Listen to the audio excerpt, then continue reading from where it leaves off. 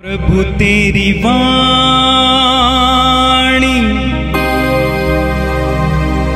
जीवन की रोटी, नयनों की ज्योति,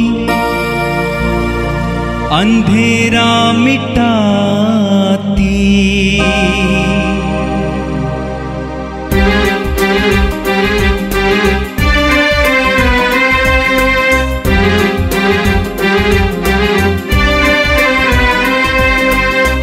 प्रभु तेरी वाणी जीवन की रोटी, नयनों की ज्योति, अंधेरा मिटाती। प्रभु तेरी वाणी जीवन की रोटी, नयनों की ज्योति, अंधेरा मिटाती। वाणी वाणी वाणी वाणी वाणी पवित्र है, शाश्वत है, जीवन का मन्ना है। 14 सितंबर सोमवार। पहला पाठ गणना ग्रंथ अध्याय 21 पद संख्याएं 4 से 9 तक।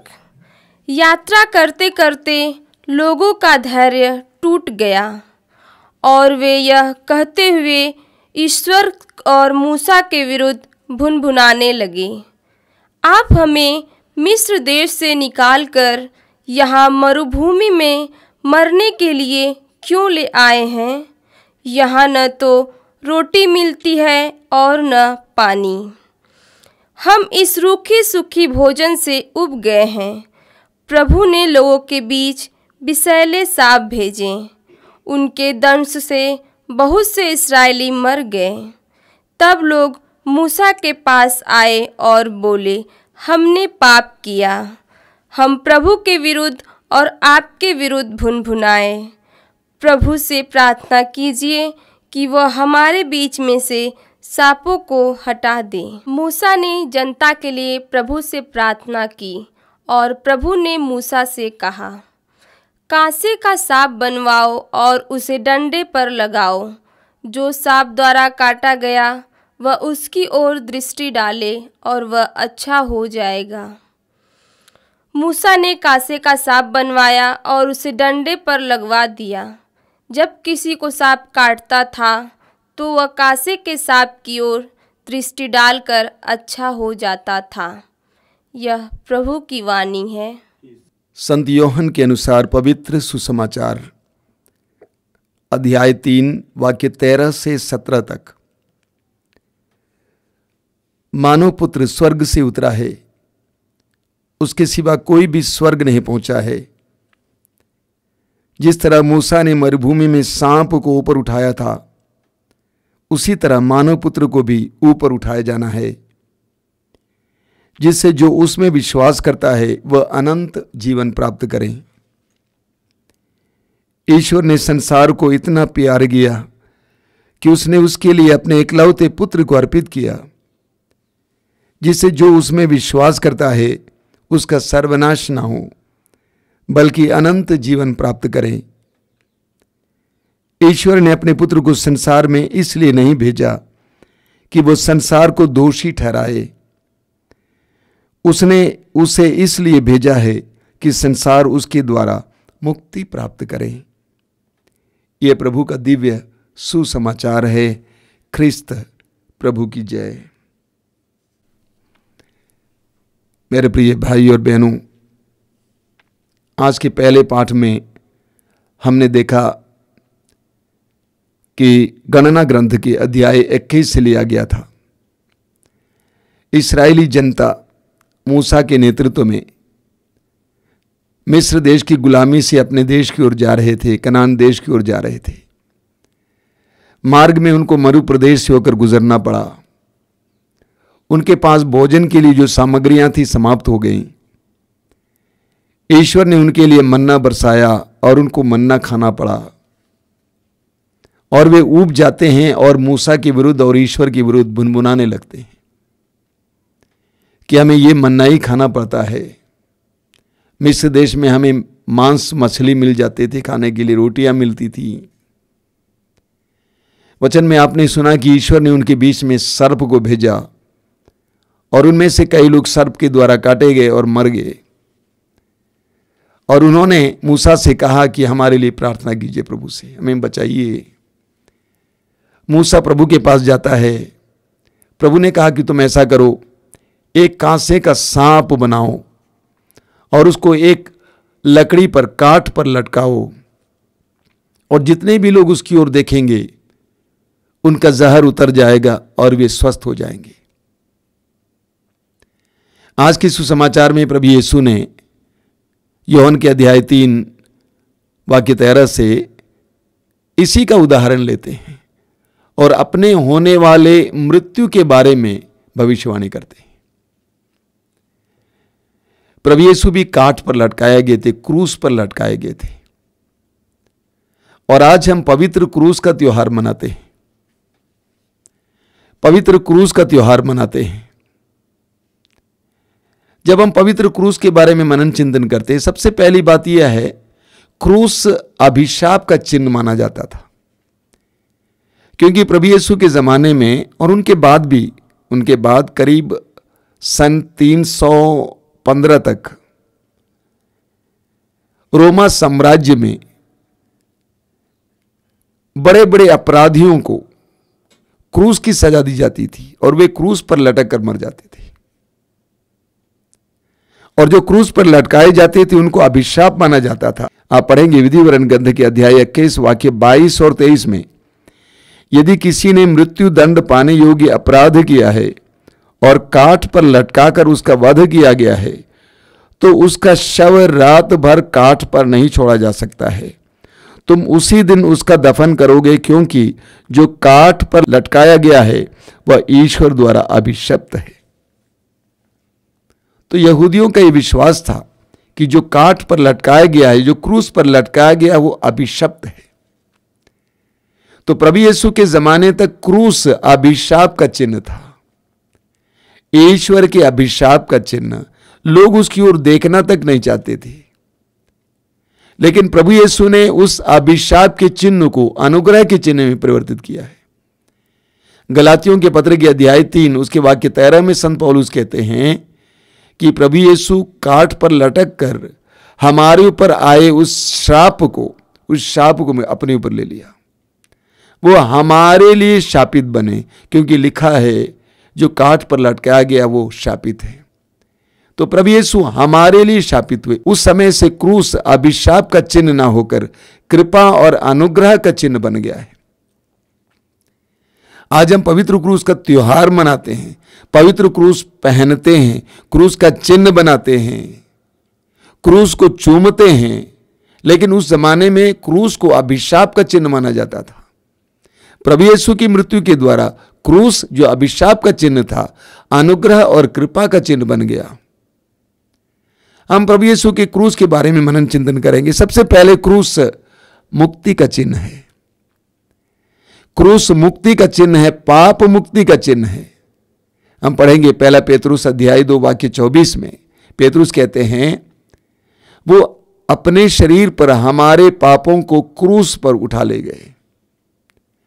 वो अपने शरीर पर हमारे पापों को क्रूस पर उठा ले गए, यानी क्रूस पर प्रभु यीशु ने हमारे पापों को अपने ऊपर उठा लिए और हम स्वतंत्र किए गए। क्रूस ईश्वर के प्रेम का चिन्ह है। क्रूस ईश्वर के प्रेम का चिन्ह है। प्रभु यीशु ने स्वयं कहा है, योहन का सुसमाचार उसके अध्याय 15 वाक्य 13 में प्रभु यीशु कहते हैं, इससे बड़ा कोई प्रेम नहीं है कि एक मित्र अपने मित्र के लिए प्राण अर्पित कर दे।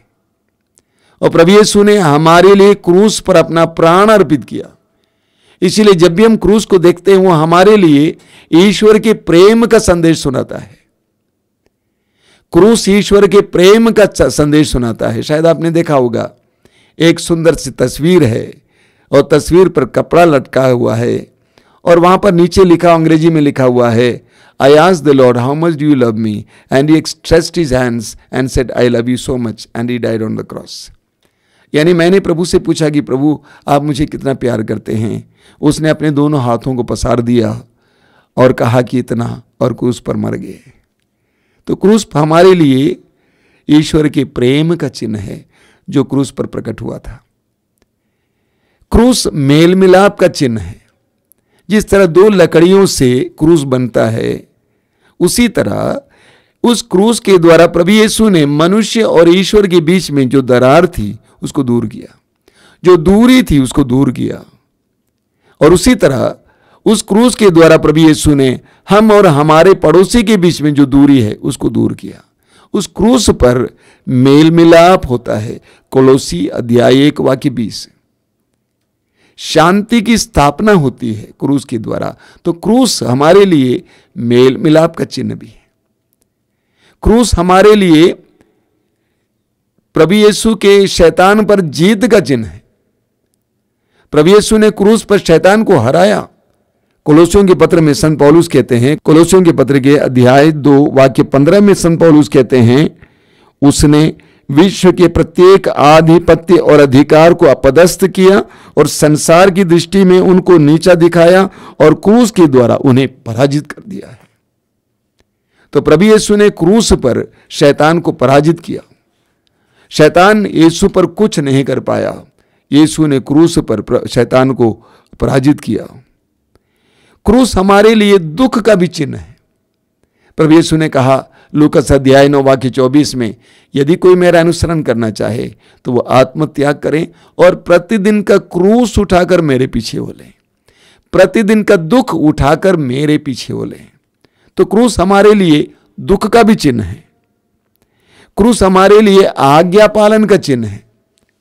फिलिपी अध्याय 2 वाक्य 6 से 11 तक आप पढ़ेंगे। वहां पर पौलुस कहते हैं कि प्रभु यीशु अपने पिता की आज्ञा के इतने आज्ञाकारी बने कि उन्होंने मृत्यु को, क्रूस की मृत्यु को स्वीकार किया। तो क्रूस हमारे लिए प्रभु यीशु की आज्ञाकारिता का भी चिन्ह है। क्रूस पर देखते समय हमें प्रभु यीशु की आज्ञाकारिता याद आती है कि यीशु अपने पिता के प्रति कितना आज्ञाकारी था। क्रूस हमारे लिए समर्पण का चिन्ह है। प्रभु यीशु ने क्रूस पर अपने आप को पिता को पूरी तरह से समर्पित किया। अपने आप को पूरी तरह समर्पित किया। प्रभु ने कहा, हे पिता, मैं अपनी आत्मा को तेरे हाथों में समर्पित करता हूं। एक पूर्ण समर्पण का चिन्ह है।